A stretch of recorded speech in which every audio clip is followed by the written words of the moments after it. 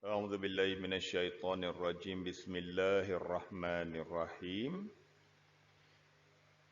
Assalamualaikum warahmatullahi wabarakatuh. Selamat pagi dan salam sejahtera. Semoga kamu semua berada dalam keadaan yang sihat-sihat sahaja. Semoga dapat mengikuti PDPR pada hari ini dengan mata pelajaran sejarah dengan sempurna. Okey, baiklah kita teruskan PDPR sejarah tahun 5 kita pada hari ini. Dengan tajuk Yang di-Pertuan Agong Teras Kedaulatan Negara bahagian kedua. Itu hari bahagian pertama kita dah belajar pada minggu lepas. Hari ini kita sambung balik tajuk ini dengan pertabalan Duli Yang Maha Mulia Seri Paduka Baginda Yang di-Pertuan Agong. Okey. Tajuk ini kita akan bincangkan tentang pertabalan Yang di-Pertuan Agong. Okey. Pertabalan ini kita lihat dari segi adat istiadat pertabalan Yang di-Pertuan Agong. Okey.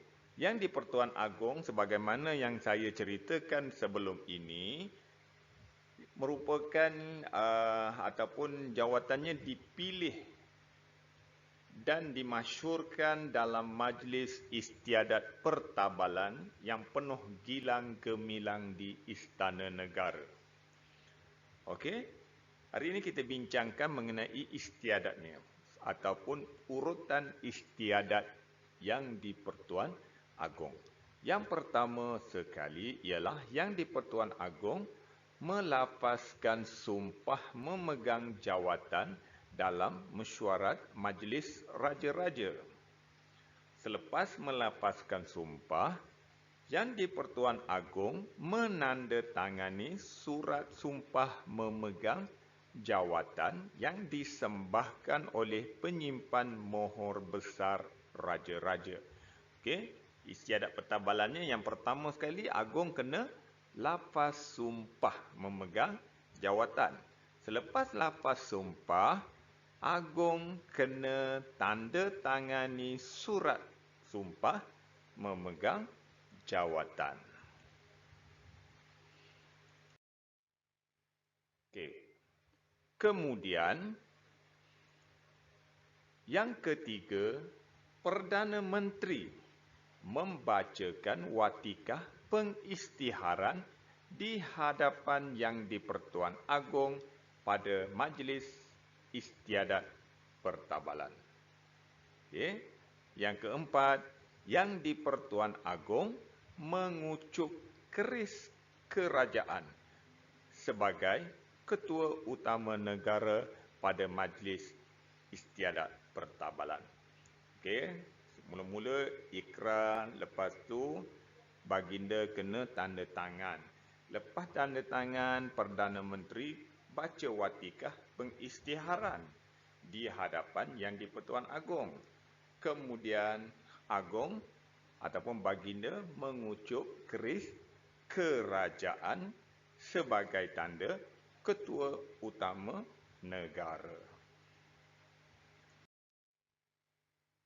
Dan istiadat pertabalan Yang di-Pertuan Agong yang terakhir ialah Yang di-Pertuan Agong melafazkan ikrar untuk menjalankan pemerintahan yang adil dan saksama pada Majlis Istiadat Pertabalan.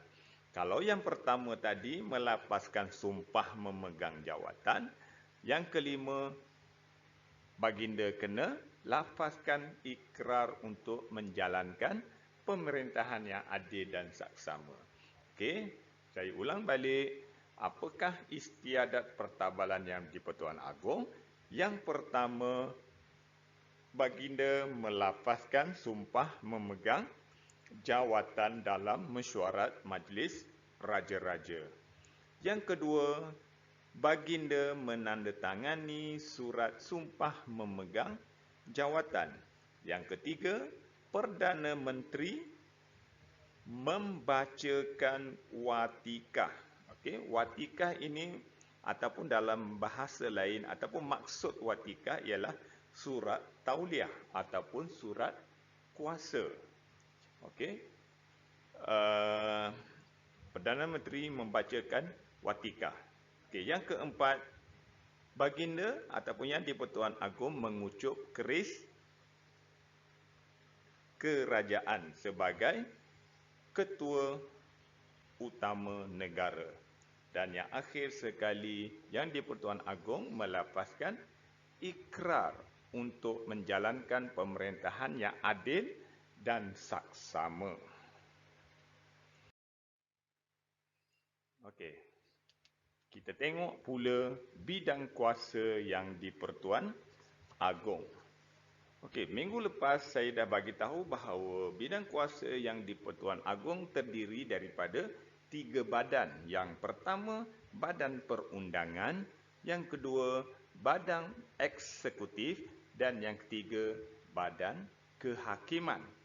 Okey, sebelum itu, sebelum kita pergi kepada bidang kuasa Yang di-Pertuan Agong, perlu kita tahu bahawa negara kita mengamalkan sistem raja berperlembagaan.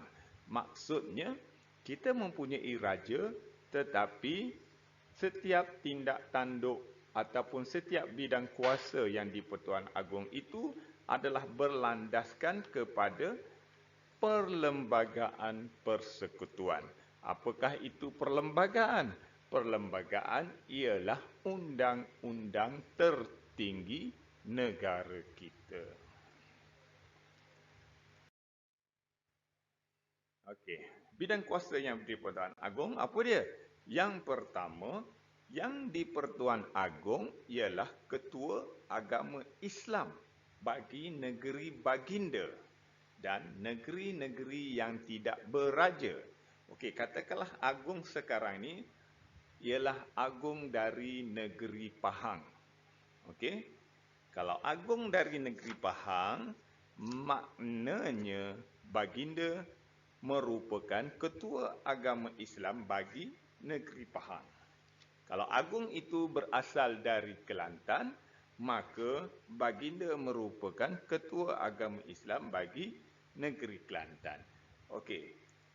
Yang pastinya agung ialah ketua agama Islam bagi negeri baginda dan negeri-negeri yang tidak mempunyai raja ataupun negeri yang tidak beraja. Apa dia? Negeri yang tidak beraja, iaitu Pulau Pinang, Melaka, Sabah, Sarawak dan wilayah persekutuan. Okey, bidang kuasa seterusnya, Yang di-Pertuan Agong melantik Perdana Menteri dan anggota Kabinet Malaysia. Okey, Perdana Menteri merupakan ketua kerajaan dan anggota kabinetnya ialah menteri-menteri ataupun timbalan menteri yang dilantik oleh Yang di-Pertuan Agong. Okey, yang ketiga, Yang di-Pertuan Agong memelihara kedudukan istimewa orang Melayu dan Bumi Putera. Seterusnya, bidang kuasa Yang di-Pertuan Agong ialah memelihara kepentingan sah kaum-kaum lain sebagai warga negara Malaysia. Seterusnya, Yang di-Pertuan Agong merupakan pemerintah tertinggi Angkatan Tentera Malaysia. Okey, negara kita mempunyai tentera darat, tentera laut dan tentera udara. Ketiga-tiga tentera ini, pemerintah tertingginya ialah ialah Yang di-Pertuan Agong.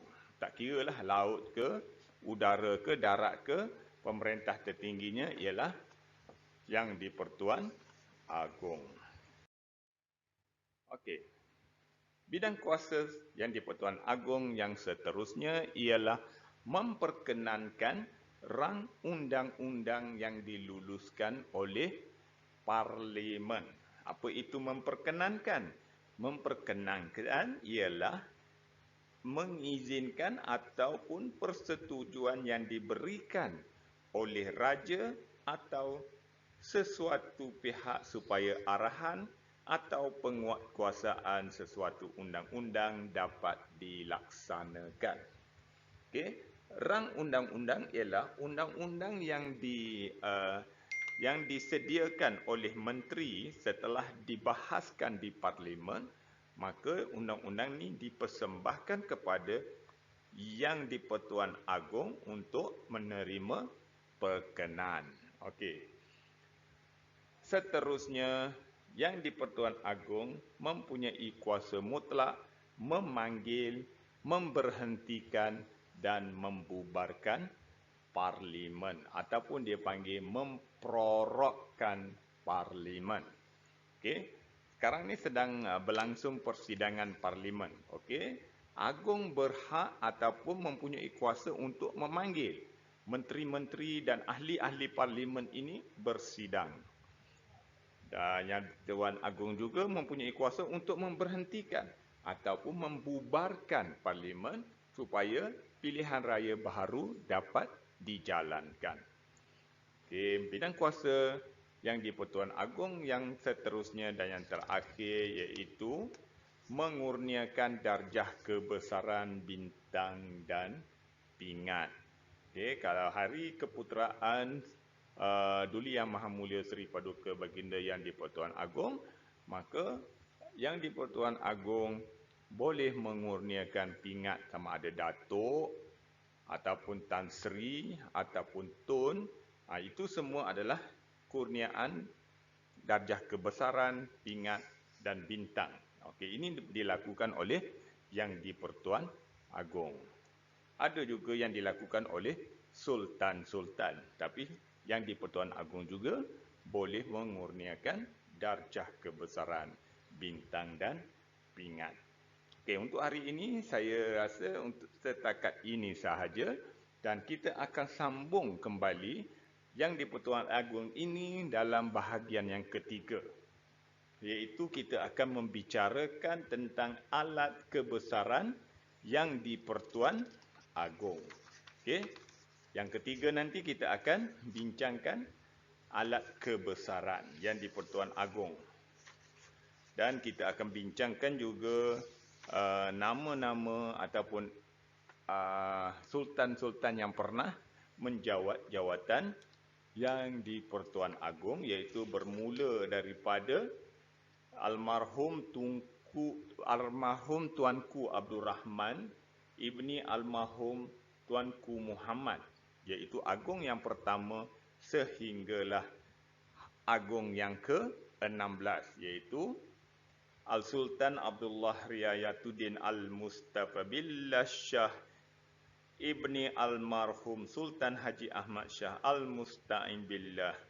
Okey. Bermula dengan Negeri Sembilan dan sekarang Agong yang ke-16 dari Negeri Pahang. Okay. Setakat itu saja dahulu untuk kali ini. Nanti kita jumpa lagi dalam bahagian ketiga mengenai alat kebesaran yang di-Pertuan Agong. Okey.